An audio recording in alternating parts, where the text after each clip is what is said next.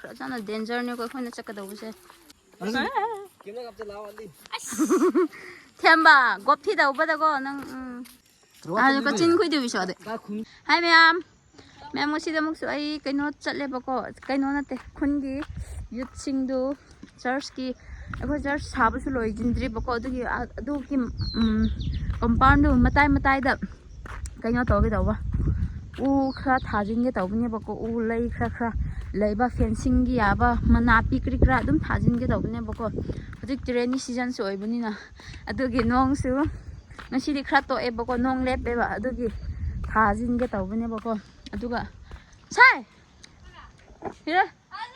ꯑꯗꯨꯒꯤ ꯀꯩꯅꯣ ꯇꯧꯕ ꯎꯠꯂꯛꯀꯦꯕꯀꯣ ꯑꯩꯈꯣꯏ ꯌꯨꯠ ꯌꯥꯝꯗꯦ ꯍꯥꯏꯕꯗꯤ ꯑꯥꯎꯠꯁꯥꯏꯗꯇ ꯂꯩꯕꯅꯈꯔ ꯌꯥꯝꯃꯦꯕꯀꯣ ꯑꯩꯈꯣꯏ ꯈꯨꯟ ꯑꯗꯨꯝ ꯃꯣꯏ ꯀꯔꯤ ꯀꯔꯥ ꯂꯥꯏꯔꯤꯛ ꯇꯝꯕ ꯀꯔꯤ ꯀꯔꯥ ꯆꯠꯅꯕ ꯉꯁꯤ ꯇꯥꯟꯖꯥ ꯆꯨꯅꯗꯕꯒꯤ ꯃꯤ ꯈꯖꯤꯛꯇꯪ ꯑꯣꯏꯌꯦꯕ ꯂꯥꯛꯄꯗꯨꯀꯣ ꯑꯗꯨ ꯑꯣꯏꯔꯁꯦꯕꯀꯣ ꯑꯗꯨꯝ ꯎꯠꯂꯛꯀꯦ ꯃꯤ ꯌꯥꯝꯗ꯭ꯔꯁꯨꯀꯣ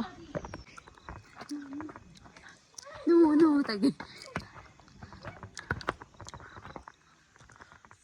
ꯉꯁꯤ ꯌꯨꯠꯇꯤ ꯌꯥꯝꯗꯦꯕꯀꯣ ꯍꯥꯏꯕꯗꯤ ꯀꯩꯅꯣ ꯇꯧꯕꯒꯤꯅꯦꯕ ꯑꯗꯨꯝ ꯏꯝꯐꯥꯜ ꯄꯂꯦꯜ ꯀꯔꯤ ꯀꯔꯥꯗ ꯂꯩꯅꯕꯒꯤꯀꯣ ꯉꯁꯤꯗꯤ ꯑꯗꯨꯝ ꯑꯩꯈꯣꯏ ꯇꯥꯟꯖꯥ ꯆꯨꯅꯕ ꯃꯤ ꯉꯥꯛꯇ ꯌꯥꯎꯕꯒꯤ ꯋꯥꯅꯦꯕ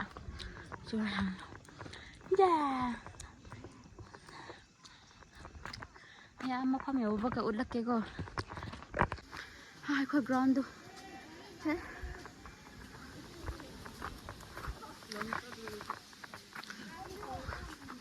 ꯑꯁ ꯃꯤ ꯌꯥꯝꯗꯦꯅꯦ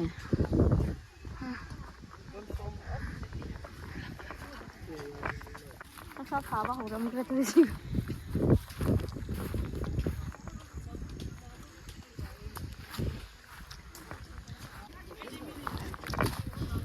ꯀꯔꯤꯔꯣ ꯁꯤꯗ ꯆꯔꯥ ꯍꯤꯡꯈꯤꯒꯗ꯭ꯔꯣ ꯁꯤꯕꯨ ꯐꯗꯤ ꯐꯖꯕꯅꯦꯕ ꯁꯤꯗ ꯑꯗꯨꯕꯨ ꯌꯦꯡꯉꯣ ꯇꯧꯕ ꯏꯁꯇꯥꯏꯜꯗꯣ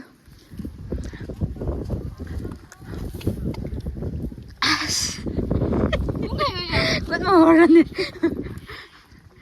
ꯁꯤꯗ ꯂꯩꯔꯦꯕꯀꯣ ꯆꯔꯥꯁꯤꯡꯗꯣ ꯁꯤꯗ ꯁꯤꯁꯤꯡ ꯑꯩꯗꯤ ꯉꯥꯎꯋꯦ ꯍꯤꯡꯒꯗ꯭ꯔꯥ ꯑꯁꯤꯡꯕ꯭ꯔꯣ ꯁꯤ ꯆꯦꯔꯤꯗꯤ ꯃꯌꯥꯝ ꯊꯥꯗꯤ ꯊꯥꯈ꯭ꯔꯕꯅꯦ ꯁꯤ ꯃꯇꯥꯏ ꯂꯣꯏꯅꯃꯛꯀꯣ ꯑꯗꯨ ꯑꯃꯨꯛꯁꯨ ꯊꯥꯅꯤꯡꯕꯒꯤ ꯁꯤ ꯃꯥꯒꯤ ꯕ꯭ꯔꯥꯟꯁ ꯃꯆꯥ ꯇꯧꯕꯅ ꯌꯥꯒꯗ꯭ꯔꯥ ꯈꯪꯗꯦ ꯌꯦꯡꯒꯦ ꯂꯤꯆꯤ ꯂꯩꯕ꯭ꯔꯣ ꯄꯨꯔꯛꯄ ꯌꯥꯗꯦ ꯑꯉꯥꯡ ꯊꯥꯁꯤꯔꯥ ꯊꯥꯎ ꯑꯃ ꯈꯪꯒꯗꯧꯕ ꯑꯣꯏꯔꯗꯤ ꯑꯁ ꯊꯧꯅꯥ ꯐꯩꯀꯣ ꯄꯥꯈꯪꯁꯤꯡꯅ ꯂꯣꯏꯅ ꯇꯧꯕꯤꯔꯝꯃꯦ ꯑꯩꯈꯣꯏ ꯁꯤꯗ ꯑꯁꯤ ꯑꯗꯨꯝ ꯐꯦꯟꯁꯤꯡꯒꯤꯗꯃꯛꯀꯣ ꯁꯤ ꯅꯥꯄꯤ ꯀꯩꯅꯣ ꯑꯗꯨꯝ ꯊꯥꯕꯒꯤ ꯋꯥꯅꯤ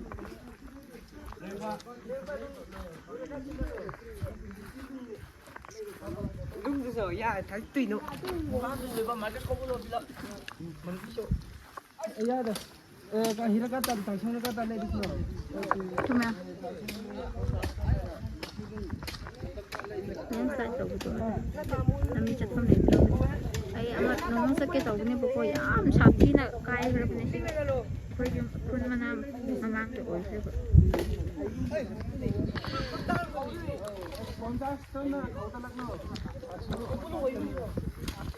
लीची Loong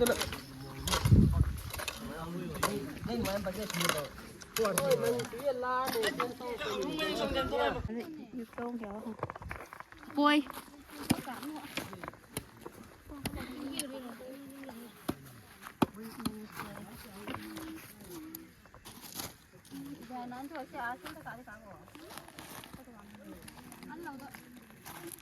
Cả đó mình đi đâu?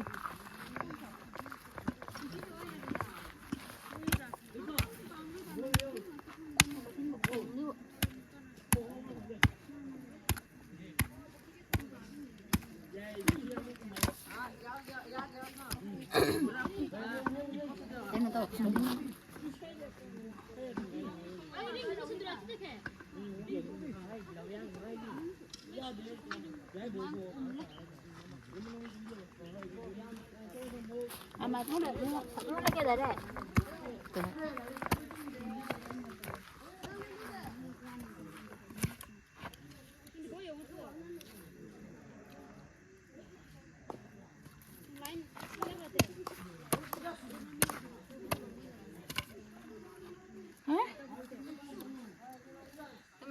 타게 더그네보고.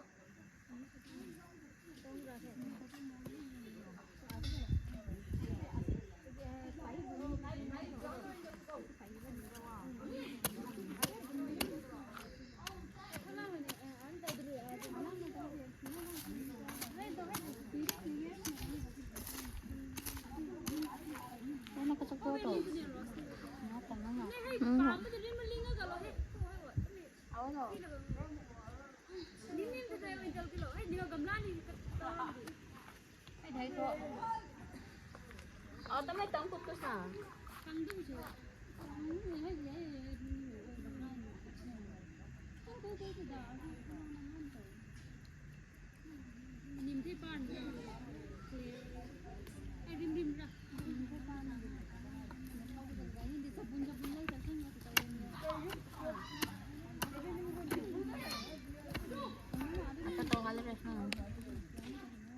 lấy thuốc lắc với cái linh linh nha. Hay từ hai thì chúng mình tao lấy về hay nhau bao là ngon anh rồi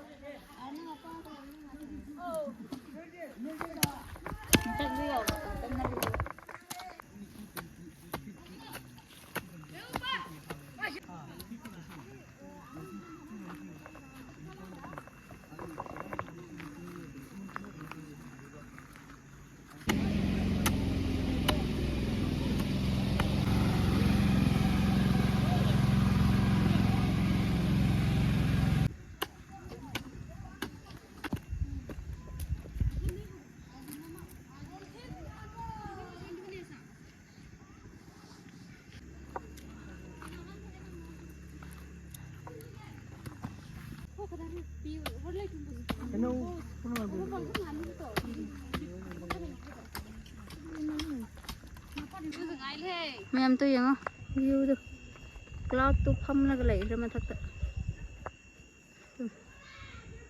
Myanmar lo mỏi cái bao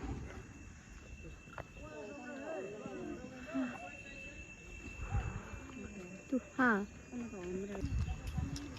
ground tu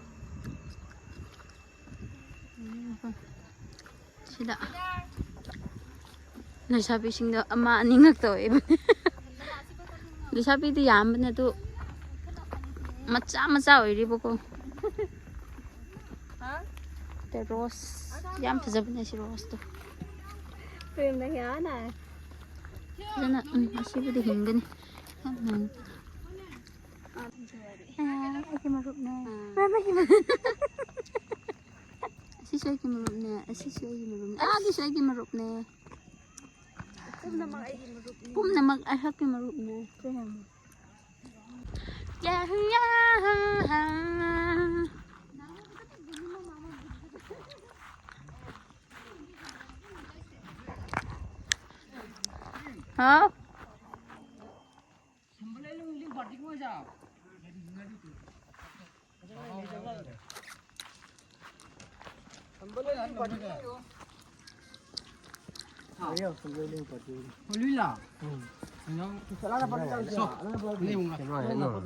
Hello guys. Lama masih naik marup lupa nih bago. Baru bang dong saya. Naik marup atomba. Aku naik marup ahun ko. Ini bandar. Nang di ko ni na. Tena. Awal temai ni. Ano nga siso? Yeah yeah. Ko church lo jindri lo dawra. Kina prem ne bako. Ko dada prem ne ba. Dada friend. Asina dada mo sang ne ba. Masina dada ko thingam ne ba. Ano dada ko dun nila. Masina dada ko.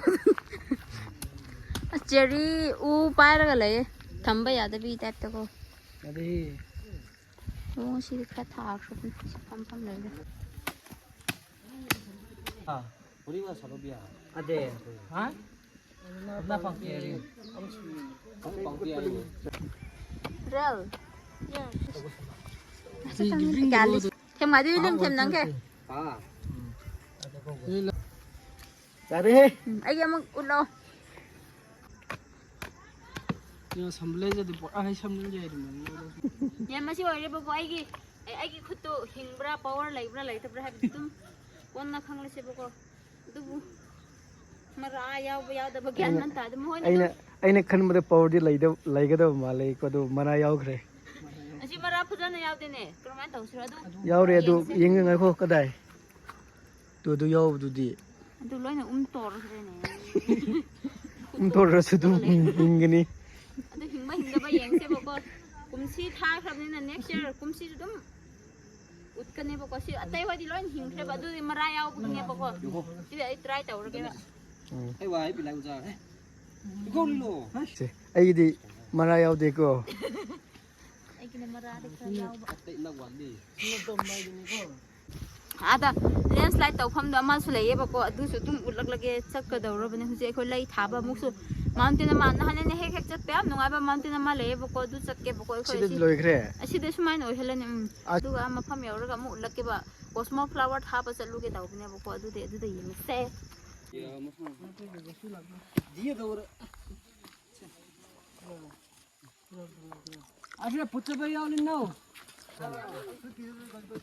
ꯃꯦꯝ ꯒꯥꯔꯤ ꯌꯥꯎꯅꯗꯤ ꯆꯠꯂꯦꯕꯀꯣ ꯉꯁꯥꯏ ꯑꯩꯅ ꯎꯠꯂꯛꯄ landslide ꯇꯧꯐꯝꯗꯣ ꯑꯗꯨꯒꯤ ꯐꯖꯅ ꯗꯦꯟꯖꯔꯅꯦꯀꯣ ꯑꯩꯈꯣꯏꯅ ꯆꯠꯀꯗꯧꯕꯁꯦ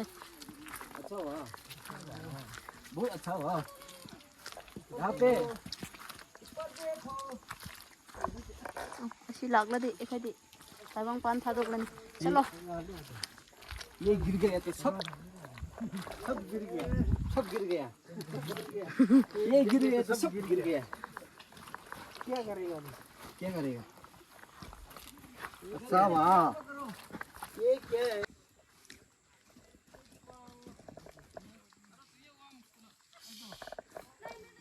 와 ꯂꯣꯏꯔꯦ ꯅ ꯂꯝꯕꯤ ꯇꯠꯀꯗꯧꯔꯦꯅꯦ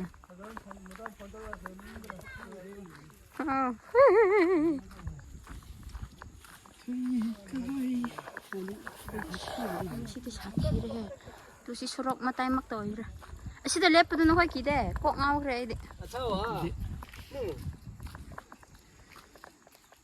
ꯇꯨ ꯂꯝꯕꯤ ꯇꯠꯈ꯭ꯔꯦ ꯑꯁ ꯑꯩ ꯀꯩꯅꯣꯝ ꯇꯧꯈ꯭ꯔꯦ ꯈꯨꯟꯗ ꯑꯥꯗ ꯂꯩꯍꯧꯔꯦꯕꯀꯣ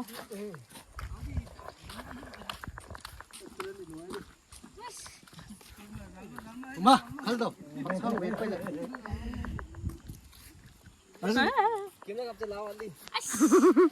ꯊꯦꯝꯕ ꯒꯣꯞꯊꯤ ꯇꯧꯕꯗꯀꯣ ꯅꯪ ꯅꯦꯛ ꯆꯥꯅ ꯇꯥ पाएगनी ऐदी पाएगनी काय पाएगनी आते मोहर नुआइस तो सायु यु गाइसिंदा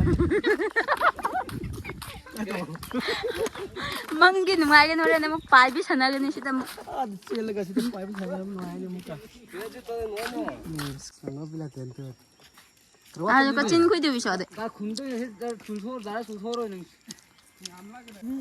또 ꯃꯌꯥꯝ ꯑꯁꯤ ꯂꯩꯗꯤ ꯅꯍꯥꯟ ꯂꯥꯁ ꯏꯌꯔ ꯑꯩꯈꯣꯏꯅ ꯂꯩ ꯀꯣꯁꯃꯣꯗꯨ ꯌꯥꯝꯅ ꯐꯖꯕ ꯂꯩꯗꯨꯅꯦꯕꯀꯣ ꯑꯗꯣ ꯆꯤꯡ ꯃꯇꯣꯟꯗ ꯊꯥꯒꯦ ꯇꯧꯕꯅꯦꯕ ꯑꯗꯨ ꯆꯔꯥ ꯌꯥꯝꯃꯟꯕꯒꯤ ꯐꯣꯛꯂꯒ ꯇꯧꯒꯦ ꯇꯧꯕꯅꯦꯕꯀꯣ ꯉꯁꯤ ꯌꯨꯠ ꯈꯔ ꯄꯨꯟꯕ ꯀꯥꯟꯗꯀꯣ ꯁꯤꯅꯦꯕ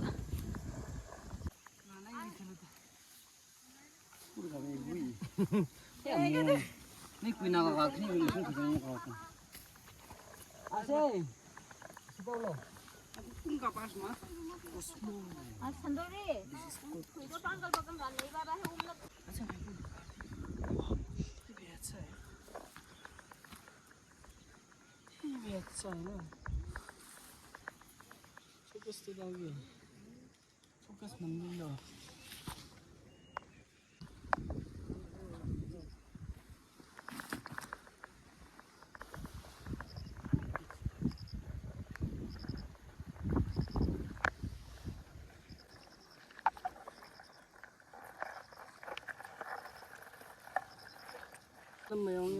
इसे तो यामन देख रहा हाँ तई चरा आम फम है ऊपर का थाप कर उलग के बको लंबी ते थाप बनी ना ngam bani na kadi hasira pura ka chat padu wa gani ba lei hon ban nupa ni si sina lei hon ban nupa lei hon ba sina maning gi sina lei hon ban nupi kal ni lei hon nupa tung da la to sina lei hon ba amu ba ani ꯃꯥꯎꯟꯇꯦꯟꯗ ꯐꯖꯅꯉꯥꯏꯒꯤꯗꯃꯛ ꯂꯩ ꯆꯔꯥ ꯍꯣꯟꯕ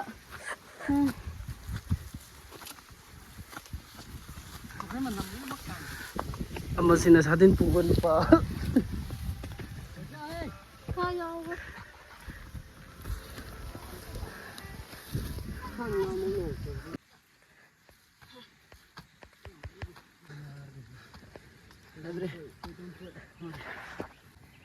Ini hari apa kejadian yang kan sorry jangan ini nggak nangis nah.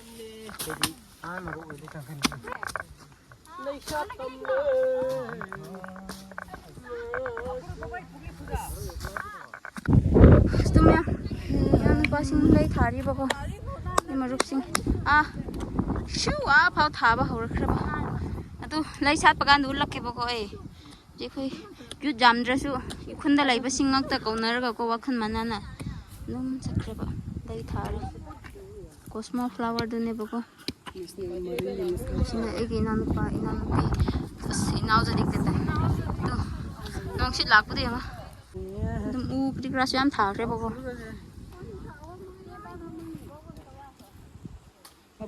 ye hi ai se ware bane me ap khud se mo kre tu mimi se ki khud pak lag lai is khud tu mountain du yam phajai ba ko du ge na lai akhoi khun gi min adum wa ba gan se potha na ngai gi hairaga sa khra bane ba ko tha khra bane ba sat pa gan da ulak ke ba ko ayam si ma ko mi am ngai ba ko si cosmo flower pan ba gan dai ulak ke ba kya mung su phajabra re ko tu view du wonderful ku da si am post han bane ba ko lai sin gi ba ta nong shit ki ngak ne ba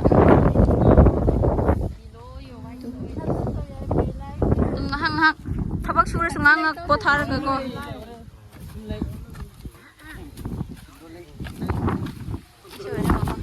mem nungai bi ta na ai ne am phajaba ma utpi ke boko abi si e koi huji seng bi ba ai su seng ba diaw bane he mot adun hak tang rest tau bagi moi admu mahut sin laga su ba gan ai amuk sat ke tau bane bo si da asigi mathak ta ko asi makha lai re ba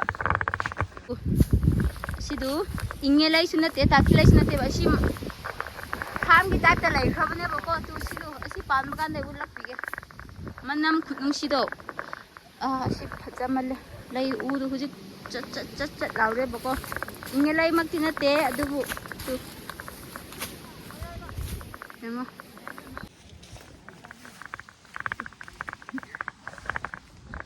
u ai khoi kra hentak tor ba ko जंगल दिखंदा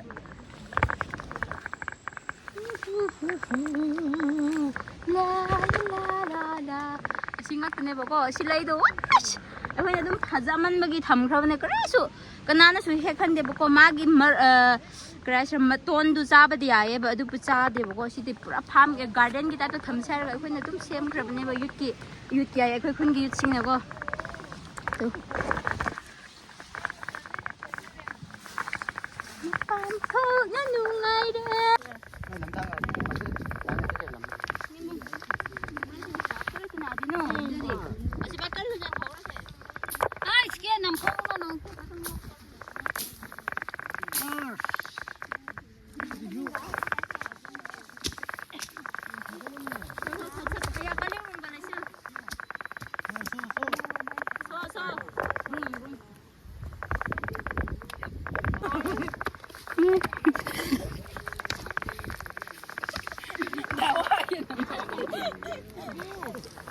मैं कोई party से लाई रे बको ngасai की youth सिंग थबक सुब सिंग दुको सी ओइ रे बा हाबदि लाई करी ग्रा थाबने बको आदा सुखरा खादि लाई रे दुबो सुम उलक खरे बगा हाबदि हाबदि अखोय दुम नमा फादो हुजिक रेनी सीजन होइबनिना खुन सु फजा हनिंग बको दुगि चर्च ममांग उ करी ग्रा थाबा हुजिक के सिगी चिंग मतोन दु कइनो थाबको lay kri kra adu pan ma kan su ulak ke ba ina lay u kri kra yam utpib do ore bako si ore ba adu ngasi gi video dum aswai da lojilage bako mayam